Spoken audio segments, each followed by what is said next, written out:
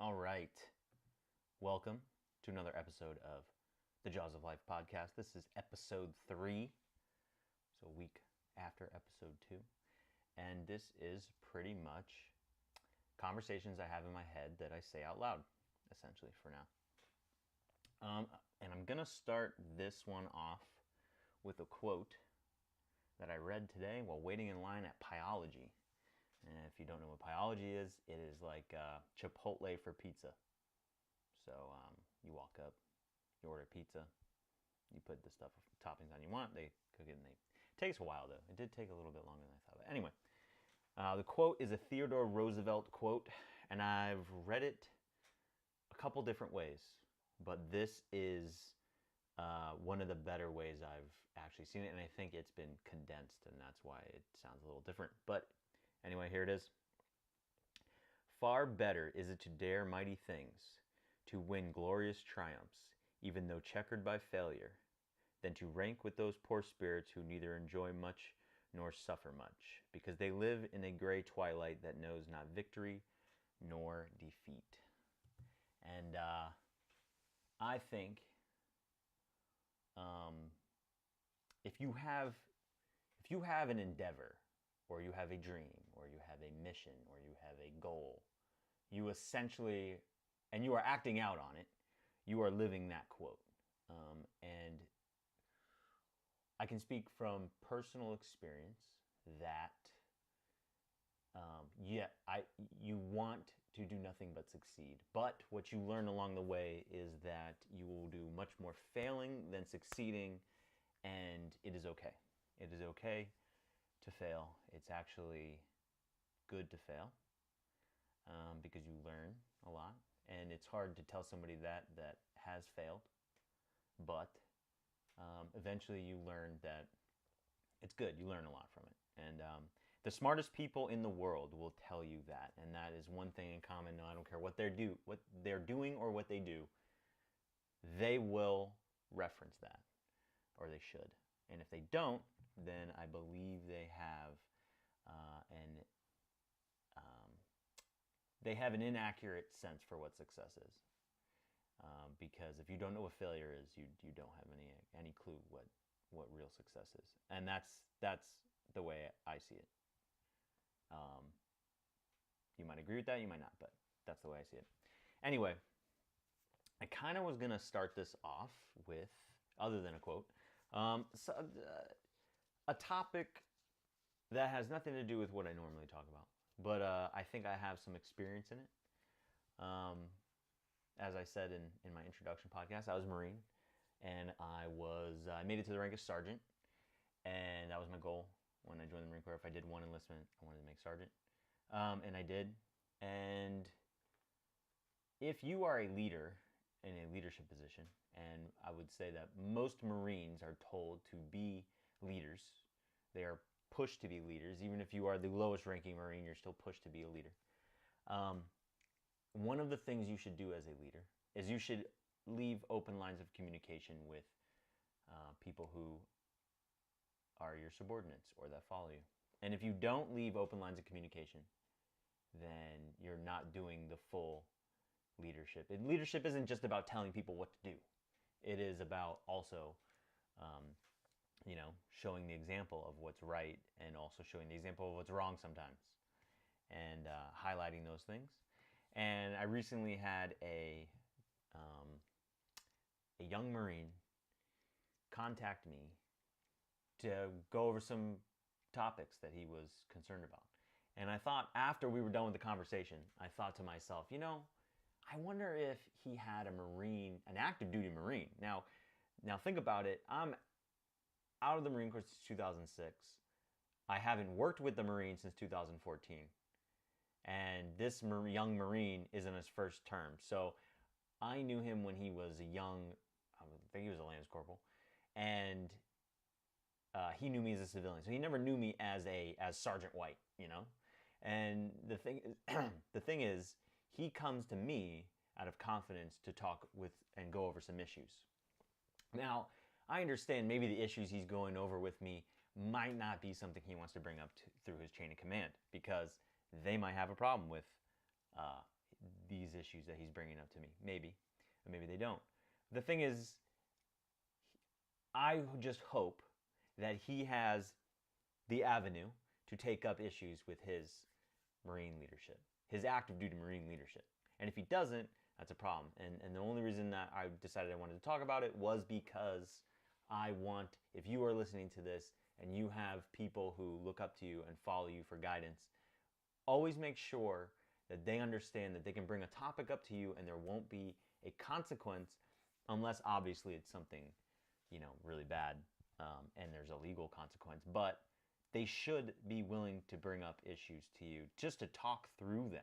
Because sometimes you need to talk through an issue with somebody so that you can get another perspective on it.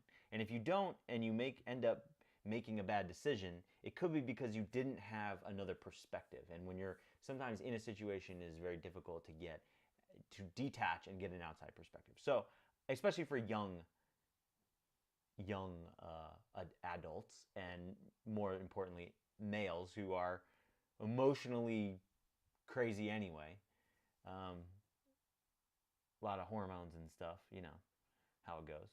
Well, maybe if you're a woman, you don't know how it goes, but you have your own issues. So anyway, I'm just saying, leave open lines of communication as a leader. Now, back onto more kind of topics that I usually talk about, or usually, that I've been talking about. Number one being this last weekend was the Spanish Grand Prix, Formula One, and another battle between Ferrari and Mercedes. Even in qualifying and leading up to the race, there was a battle. They were battling it out. And then in the race, there was an actual wheel-to-wheel battle between two teams, and not just between two teammates on the same team. And we saw who won, but strategy could have easily flopped it the other way, and the winning pass was made on track. It was not made through pit stops or anything like that, which I thought was great. And again, if you were a true racer, this is a season I think you will enjoy. Not going to spend too much more on that, but anyway, at least Lewis Hamilton was sounding like he was winded, and I guarantee because they were probably telling him to push a lot harder than he was wanting to push at the time, because they wanted to stretch those tires out. And I thought that was pretty great that they detached from the situation and gave another perspective on what was going on, and they kept giving him good information so that he could keep pushing, even though probably in his mind he's like, why are we pushing? I thought that was a great team effort. And he even said it after the race that it was a team effort and why he won, and all weekend. And I think I'm in awe of a team who can put it together like that and be so successful, because I think it's impressive that you can get that many people to work for that cause like that. The next motorsport type topic was World Rally Cross in Belgium. I haven't watched the full thing yet. I've only watched the first hour of it. But man, that track that they're racing on in Belgium on World Rally Cross in Mettet, I don't know how to say that, but Mettet, I believe it is.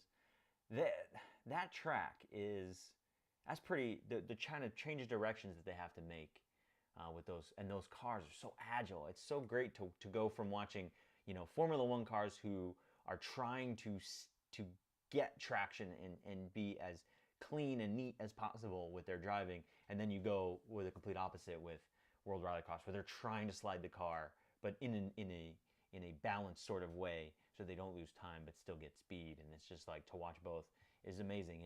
And that leads me to kind of talking about, I think what we're seeing right now is like the brutality coming back to motorsport of these machines, and how much of a handful that they are to drive, because you have the technology to make these high horsepower, very fast machines, but also at the same time, I think we're getting these machines back where we have to drive them. And I think that you really do have to drive these things, and they really are tiring these drivers out, and they're really pushing. And maybe we didn't see that too much before, or wasn't as evident for some reason, but it seems like to me, like this year has been like a pinnacle of top tier racing machines that are tricky to drive, that are difficult to drive. And then we're watching these racers have to really put it together to drive these things consistently and to drive them fast and to be, and I think we have a lot more competitive teams now. It seems to be that there's a lot more sponsorship or different avenues for sponsorship. So teams have more money. I mean, you have Petter Solberg in World Rallycross, who is now a Volkswagen team. So he has a lot more backing. And then you have, it seems like, EKS in World Rallycross, the Audi, with Ekstrom, he's got more backing because he won the championship. And so I think we're seeing and then you've got Hoonigan with Ken Block and Andres Backrud, who have Ford's backing. So you have huge back teams pushing these. And then in F1, you have, the dominant. But you also have, a team in McLaren who it seems like they're investing a lot of money, but they're not really getting as far as I think they want. So, yeah, it's just interesting. I think it's interesting. I think it's very cool to see all this go down this year, and I think it's going to be more of an interesting year in motorsport for sure. And I made a mistake last podcast. I said that the Global Rallycross is going to be this last weekend. It's not. It's this coming weekend, Global Rallycross. I thought both that and World Rallycross are going to be on the same weekend. They were not. I mistook. And because of that, I now have a laptop in front of me, so I don't make these these errors in my info that I'm trying to give. So anyway, I apologize for that. That's my fault. And on to the next thing. So today I got the opportunity to do the BMW Ultimate Driving Experience. And if you don't know what that is, it's, I guess, well, I didn't know all of what it was. I had heard about it before, but I didn't really know. But I guess they've been running this for a really long time. And so what it is they go around the country with, pretty much, it's a marketing thing, obviously. They're trying to market, the cars, so more performance-based cars. They had this new motorcycle they're coming out with, like a small single-cylinder 313cc small bike, like a city bike. And they had it out there, upright riding position. So that's coming out, and that's going to be like $4,500 or something around like that. So that'd be pretty nice to see. And then they had, some performance models. They had the hybrids out there, so they had a mixture, but it's all marketing. It's to showcase the product, the model lineup, and to showcase the performance models. And then the new 5 Series was what kind of the focus was. So for free, you got there, you set aside, you kind of made an appointment through, I think I found this online somewhere. I got an email or something, because I always try to stay up on top of this stuff, because I know there's a lot of free things that go around. I work in automotive marketing, so I know these events happen. And I've been doing these events since I was a little kid. I remember the first one I got, a Cadillac Garmin GPS. And you got it if you went and test drove a Cadillac. And I was too young to test drive a Cadillac. So my mom takes me to the Cadillac dealership with the thing. And the guy's like, well, you're not going to test drive a Cadillac. And it was like for the Catera or something like that. He's like, here, just have the Garmin GPS, You don't come test drive a Cadillac when you have a license and you're old enough. So yeah, so that was my first kind of like marketing thing experience. And then I was like, oh, well, that was easy. I'm going to keep doing this. So I would submit my information all the time about cars, because I want more information about cars. And then because of that, they give you, I remember I drove the GTO when it came out back in 2003 at Qualcomm Stadium in San Diego, because I was stationed here, and I got to drive the GTO. I think it was like pre-production. And they had they had a Z06 thing. So I've been doing these things, and I know they exist. So I try to participate in them, because you get free stuff, and you get opportunities and stuff like that. And you get to drive cars and stuff. So yeah, why not?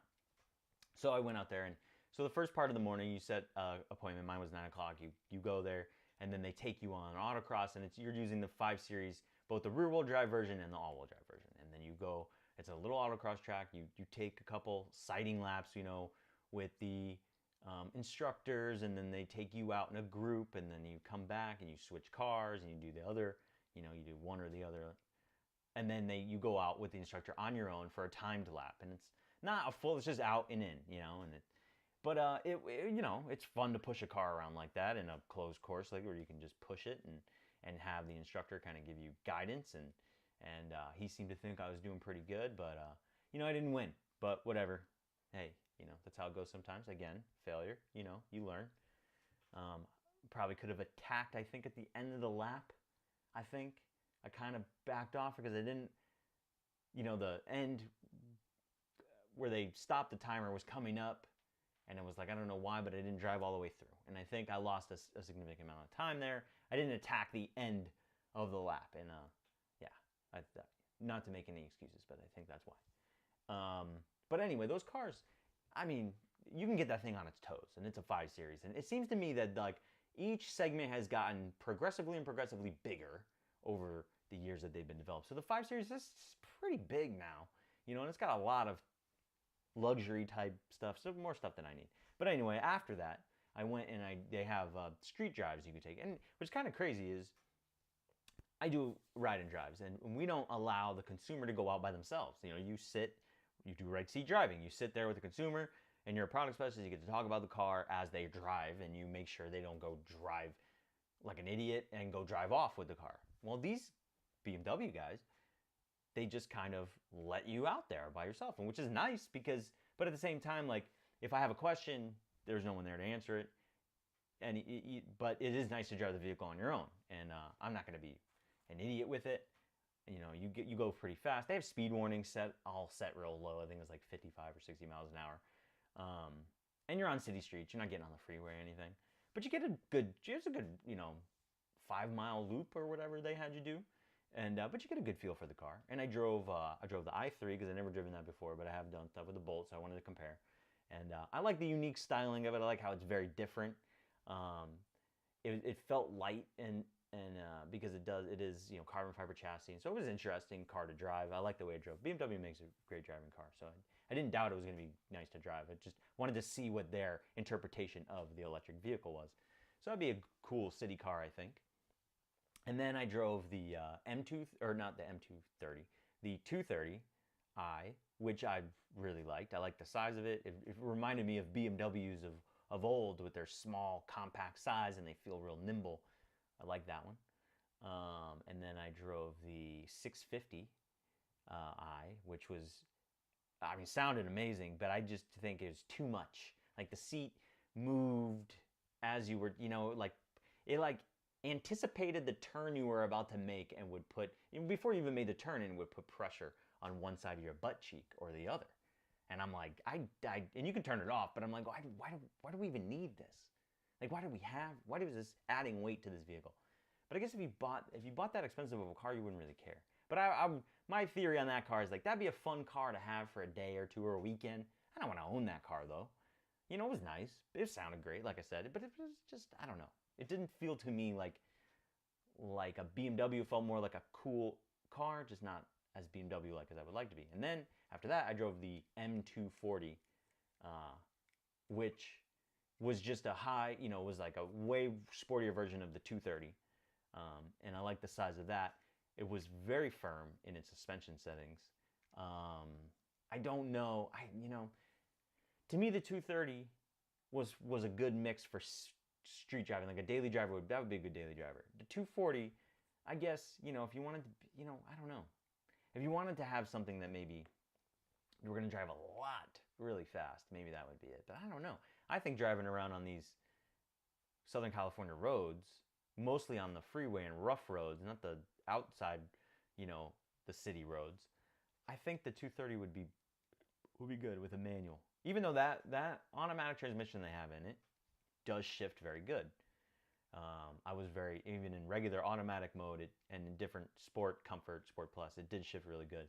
Where the paddles, also when you put it in manual, shift really good. But I would like to drive a manual version just to see what it feels like. And I would like to get it with the M performance package with the nice steering wheel and stuff. Even though the steering wheel I had wasn't bad, but I feel like it's an inverted steering wheel. I would have to explain more about that. But anyway, it seems like it's upside down. You're like, never mind. I'm just ignore that I said that. The ultimate driving experience. So, then after that, they were saying that you could get a discount on the school. They have in Thermal, California, out in the desert, they have a BMW performance driving school. And I've been wanting to go to a manufacturer performance driving school just to see what the difference. I've been to Chuckwalla with the Mustang school, and it's sponsored by Ford, but it's not a manufacturer program, And I've been to Allenberg Racing School where they do open wheel Formula Renault cars, and I've been out to Ventura and done the Corey Kruseman's sprint car driving, but I want to do a manufacturer. So I was always looking into AMG because I do some Mercedes work. So I was like, oh, maybe I should do the AMG driving academy or whatever. But this opportunity came up, and they give you a pretty substantial discount. So I got a full day. So I will do, I'll talk about that after I'm done, and I go out there and try that. But that I haven't made the date yet, but that in the next month or two, I'm definitely gonna have to make that date. I bought the course, the day course in the M school, so you get to use the M cars on the track and stuff like that. They have other courses too that are a little bit cheaper, but I thought this was going to be the best. I get the best bang for my buck out of this one with the discount and with the curriculum that it said and that the guy was talking about. But yeah, so we'll see how that goes. BMW, I like the way BMWs. I like German cars. I think German cars, they all drive really well, and they all drive different, but they all drive really well. You get an Audi and it drives really good and drives it, like an Audi, and then a BMW and a Mercedes, but they all good. They all use good materials, and I don't know. I'm just always impressed by German cars. I feel like when I sit in a Porsche, like it's like made for me, and that is when you're spending, I guess, that kind of money, especially in the United States where we really only have 30,000 and up options for our German cars. And if you want a Porsche, you're 46,000 and up is the cheapest Porsche, the Macan, you can get. So yeah, I mean, we got to spend a little bit more, but I think it's worth it. I really do think it's worth it, considering kind of how some of these other cars drive. Which I have a Focus ST, and I have read that it was developed by German, set up chassis by ex-BMW engineer, chassis engineer. So I can see that in the car and the way it drives. Like I can kind of feel that. If that's true, that's what I read. I don't know. Yeah, I would have to go back and do my research on that one, but that's what I read. And I hope it's true, because if it isn't, then it just, wow, they did a really good job with just nothing. But anyway, yeah. So I mean, that's pretty much it. Nothing too crazy. It was a short one this time. It doesn't have to be long. But yeah. So this weekend, Global Rallycross. What else do we got? I don't think I got any. Got nothing too crazy coming up. It's gonna be a lay low. Been doing some work on some of my projects, getting some stuff powder coated, removing ball joints from A-arms and stuff, which it gets old, especially when they're old and been in there a long time. It's hard to get them out. So I'm done with that. I'm done with all that. Now it's starting to got to get everything powder coated and put everything. That's for my truck, to put everything back together, and see what get this thing start to build back together. But now I got half of the new parts from the powder coater, so it's nice to look at them and see that, oh, wow, okay, there's some light coming through. See the end of that tunnel. Because these projects, man, I'll tell you, it gets rough sometimes. It's hard to find the motivation sometimes when you have to keep removing old things and dealing with rust and corrosion and heating things, and it's like, man, but once it's over and you start going the other direction, all of a sudden it's like, oh yeah, so you can kind of think about, put all your effort into thinking about making everything new and better, rather than how am I going to get this apart. That's the difficult part, I think, to any of these old projects, is you have to take them apart first and refurbish them, and then you can put them back together. So someday I would like to build like a Cobra kit car, pretty much, like a good one, like a Factory 5 or something, where you get all new parts and you put all the new parts in, and you don't have to mess with all this old crap. But someday, we'll see. If anybody out there wants a car built, Factory 5, then let me know. We'll build it. Let me know. Leave it in the comments or something. Well, contact me. We'll do it. We'll figure something out. Because I would like to do one. Maybe some different kind of engine in it. Maybe not a Mustang engine like you're supposed to put in there. Maybe something else. Some different. Maybe a BMW engine. An M engine like from the E39 M5. How about that? 5 liter, 400 horsepower. That would be kind of cool. Side pipes with the M5 engine. That would be cool. So yeah, I don't know. Just throwing ideas. I got some other weird ones too in my brain, which I'm not gonna say because I don't want somebody to take those ideas but a couple people know about it. Anyway, now I'm rambling. But yeah, so that's it. It's gonna be a short one. That's all I got. And until next time, everybody, you know, stay out of trouble.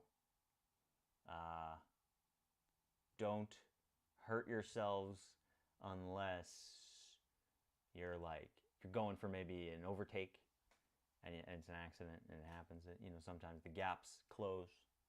It's okay, but don't injure yourself unless you have a really good reason.